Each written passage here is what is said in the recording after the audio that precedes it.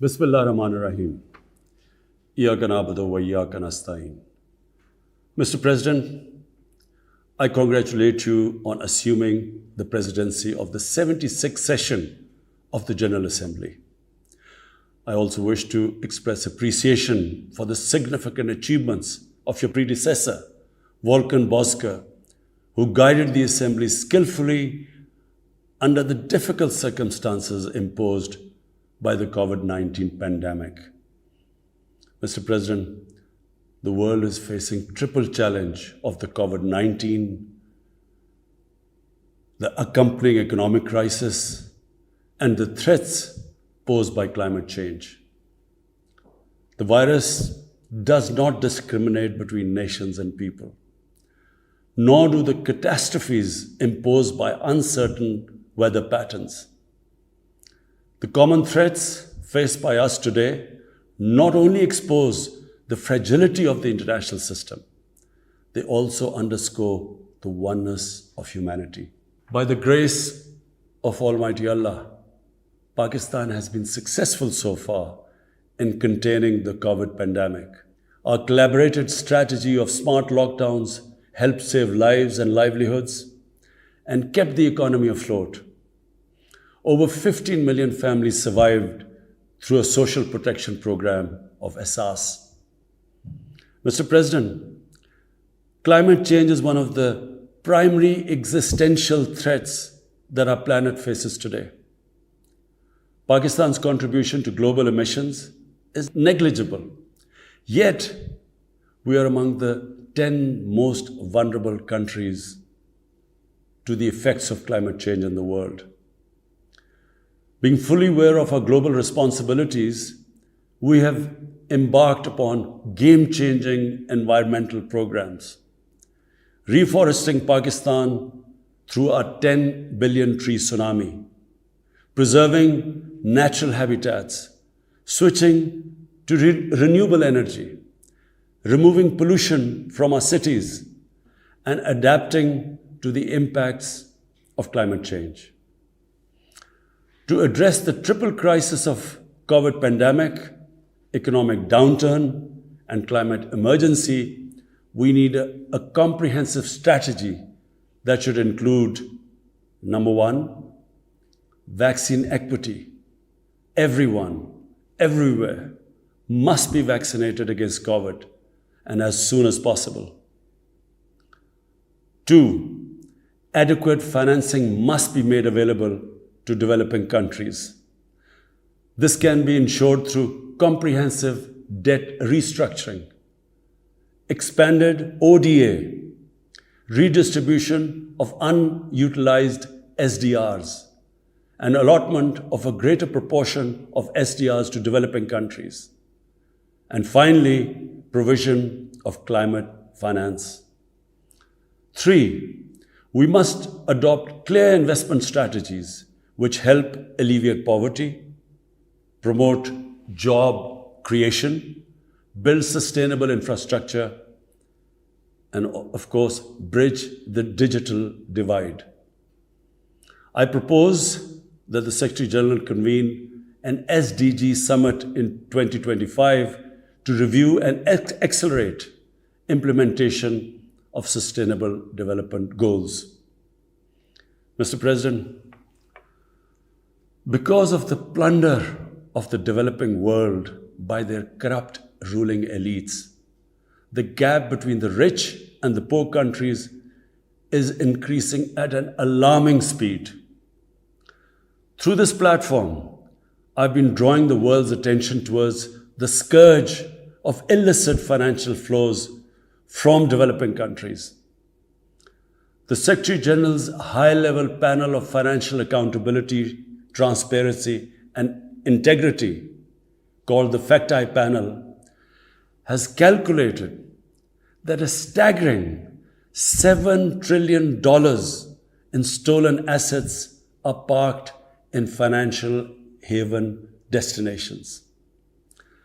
This organized theft and illegal transfer of assets has profound consequences for the developing nations. It depletes their already meager resources. accentuates the levels of poverty, especially when laundered money puts pressure on the currency and leads to its devaluation. At the current rate, when the fact-type panel estimates that $1 trillion every year is taken out of the developing world, there will be a mass exodus of economic migrants towards the richer nations. What the East India Company did to India, the crooked ruling elites are doing to the developing world, plundering the wealth and transferring it to Western capitals and offshore tax havens. And Mr. President, retrieving the stolen assets from the developed countries is impossible for poor nations. The rich countries have no incentives or compulsion to return this ill-gotten wealth. And this ill-gotten wealth belongs, remember, to the masses of the developing world. I foresee in the not too distant future, a time will come when the rich countries will be forced to build walls to keep out economic migrants from these poor countries. I fear a few wealthy islands in the sea of poverty will also turn into a global calamity like climate change. The General Assembly must take steps meaningfully to address this deeply disturbing and morally repugnant situation, naming and shaming the haven destinations and developing a comprehensive legal framework to halt and reverse the illicit financial flows are most critical actions to stop this great economic injustice. And at a minimum, the recommendations of the Secretary General's fact-type panel should be fully implemented. Mr. President, Islamophobia is another pernicious phenomenon that we all need to collectively combat. In the aftermath of the 9/11 terrorist attacks, terrorism has been associated with Islam by some quarters. This has increased the tendency of right-wing, xenophobic and violent nationalist, extremists and terrorist groups to target Muslims. The UN Global Counter-Terrorism Strategy has recognized these emerging threats. We hope the Secretary General's report will focus on these new threats of terrorism posed by Islamophobes and right-wing extremists. I call on the Secretary General to convene a global dialogue on countering the rise of Islamophobia. Our parallel efforts at the same time should be to promote interfaith harmony, and they should continue. Mr. President, the worst and most pervasive form of Islamophobia now rules India. The hate-filled Hindutva ideology propagated by the fascist RSS BJP regime has unleashed a reign of fear and violence against India's 200 million Muslim strong community. Mob lynching by cow vigilantes, frequent pogroms such as the one in New Delhi last year, discriminatory citizenship laws to purge India of Muslims, and a campaign to destroy mosques across India and obliterate its Muslim heritage and history are all part of this criminal enterprise. New Delhi has also embarked on what it ominously calls the final solution for Jammu and Kashmir dispute. It has undertaken a series of illegal and unilateral measures in occupied Jammu and Kashmir since 5th August 2019. It has unleashed a reign of terror by an occupation force of 900,000. It has jailed senior Kashmiri leadership, imposed a clampdown on media and internet, violently suppressed peaceful protest, abducted 13,000 young Kashmiris and tortured hundreds of them. It has extrajudicially killed hundreds of innocent Kashmiris in fake and and imposed collective punishments by destroying entire neighborhoods and villages.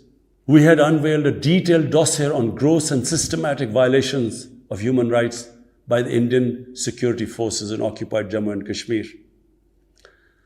This repression is accompanied by illegal efforts to change the demographic structure of the occupied territory and transform it from a Muslim majority into a Muslim minority. Indian actions violate the resolutions of the United Nations Security Council on Jammu and Kashmir. The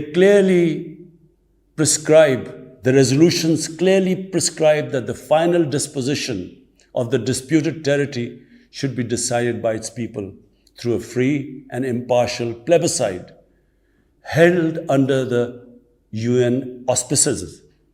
India's action in occupied Jammu and Kashmir also violate international human rights and humanitarian laws, including the Fourth Geneva Convention, and amount to war crimes and crimes against humanity.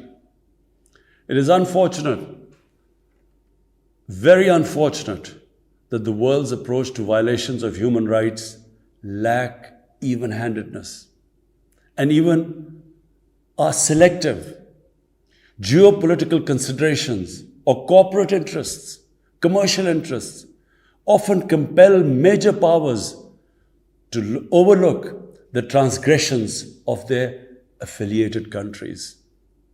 Such double standards, and the most glaring in case of India, where this RSS-BJP regime is being allowed to get away with human rights abuses with complete immunity. The most recent example of Indian barbarity was the forcible snatching of the mortal remains of the great Kashmiri leader, Sayyid Ali Shah Gilani, from his family, denying him a proper Islamic funeral and burial in accordance with his wishes and the Muslim tradition. Devoid of any legal or moral sanction, this action has been against the basic norms of human decency. I call on this General Assembly to demand that Sayyid Gilani's mortal remains be allowed to be buried in the cemetery of martyrs with the appropriate Islamic rites. Mr. President, Pakistan desires peace with India as with all its neighbors. But sustainable peace in South Asia is contingent upon resolution of the Jammu and Kashmir dispute in accordance with the relevant United Nations Security Council resolutions and the wishes of the Kashmiri people. Last February, we reaffirmed the 2003 ceasefire understanding along the line of control. The hope was that it would lead to a rethink of the strategy in Delhi. Sadly, the BJP government has intensified repression in Kashmir and continues to vitiate the environment by these barbaric acts. The onus remains on India to create a conducive environment for meaningful and result-oriented engagement with Pakistan. And for that, it must do, number one, reverse its unilateral and illegal measures instituted since 5th August 2019. Secondly, stop its oppression and human rights violations against the people of Kashmir. And three, halt and reverse the demographic changes in the occupied territory. It is also essential to prevent another conflict between Pakistan and India. India's military buildup, development of advanced nuclear weapons, and acquisition of destabilizing conventional capabilities can erode mutual deterrence between the two countries. And now, Mr. President, I want to talk about Afghanistan. The current situation in Afghanistan, for some reason, Pakistan has been blamed for the turn of events by politicians in the United States and some politicians in Europe. From this platform, I want them all to know the country that suffered the most, apart from Afghanistan, was Pakistan when we joined the US war on terror after 9/11. 80,000 Pakistanis died. $150 billion was lost to our economy. There were 3.5 million internally displaced Pakistanis. And why did this happen? In the 80s, Pakistan was a frontline state in fighting against the occupation of Afghanistan. Pakistan and the United States trained mujahideen groups to fight for the liberation of Afghanistan. Amongst those mujahideen groups were Al-Qaeda, they were mujahideen, Afghan mujahideen. These were considered heroes. President Ronald Reagan invited them to White House in 1983. And according to news items, he compared them to the founding fathers of the United States. They were heroes. Come 1989, the Soviets leave. So do the Americans, abandon Afghanistan. Pakistan was left with 5 million Afghan refugees. We were left with sectarian militant groups which never existed before. But the worst cut of it was that a year later, Pakistan was sanctioned by the US. We felt used. Fast forward 9/11, Pakistan is needed again by the US because now their US-led coalition is now invading Afghanistan, and it could not happen without Pakistan providing all the logistical support. What happened after that? The same mujahideen that we had trained that fighting foreign occupation was a sacred duty, a holy war, or jihad, they turned against us. We were called collaborators. They declared jihad on us. Then all along the tribal belt bordering Afghanistan, the Pakistan semi-autonomous tribal belt, where no Pakistan army had been since our independence, they had strong sympathies with the Taliban, Afghan Taliban, not because of their religious ideology, but because of Pashtun nationalism, which is very strong. Then there were 3 million Afghan refugees still in Pakistan, all Pashtuns, living in camps, 500,000, the biggest camp, 100,000 camps. They all had affinity and sympathies with the Afghan Taliban. So what happened? They too turned against Pakistan. For the first time, we had militant Taliban in Pakistan. And they too attacked Pakistan government. When our army went in the tribal areas for the first time in our history, whenever an army goes into civilian areas, there's collateral damage. So there was collateral damage, which multiplied the militants to seek revenge. But not just that. The world must know that in Pakistan, there were 480 drone attacks conducted by the US. 480 drone attacks. And we all know that drone attacks are not that precise. They cause more collateral damage than the militants they are targeting. So, who did the people whose relatives were being killed? Who did they seek revenge? Against Pakistan. Between 2004 and 2014, there were 50 different militant groups attacking the state of Pakistan. At one point, people like us were worried that will we survive this? There were bombs going all over Pakistan. Our capital was like a fortress. Had it not been for one of the most disciplined army in the world and one of the best intelligence agencies in the world, I think Pakistan would have gone down. So when we hear this at the end, there's a lot of worry about in the US about taking care of the people who helped them, the interpreters and everyone who helped the US. What about us? The only reason we suffered so much was because we became an ally of the US, of the coalition in the war against Afghanistan, where there were attacks being conducted from Afghan soil into Pakistan. At least there should have been a word of appreciation. But rather than appreciation, imagine how we feel when we are blamed for the turn of events in Afghanistan. After 2006, it became apparent to everyone who understood Afghanistan's history that there would be no military solution in Afghanistan. I went to the US, I spoke to think tanks, I met at the time Senator Biden, Senator John Kerry, Senator Harry Reid. I tried to explain to them that there would not be any military solution and political settlement was the way to go forward. No one understood then. And unfortunately, in trying to force a military solution is where US went wrong. And if today,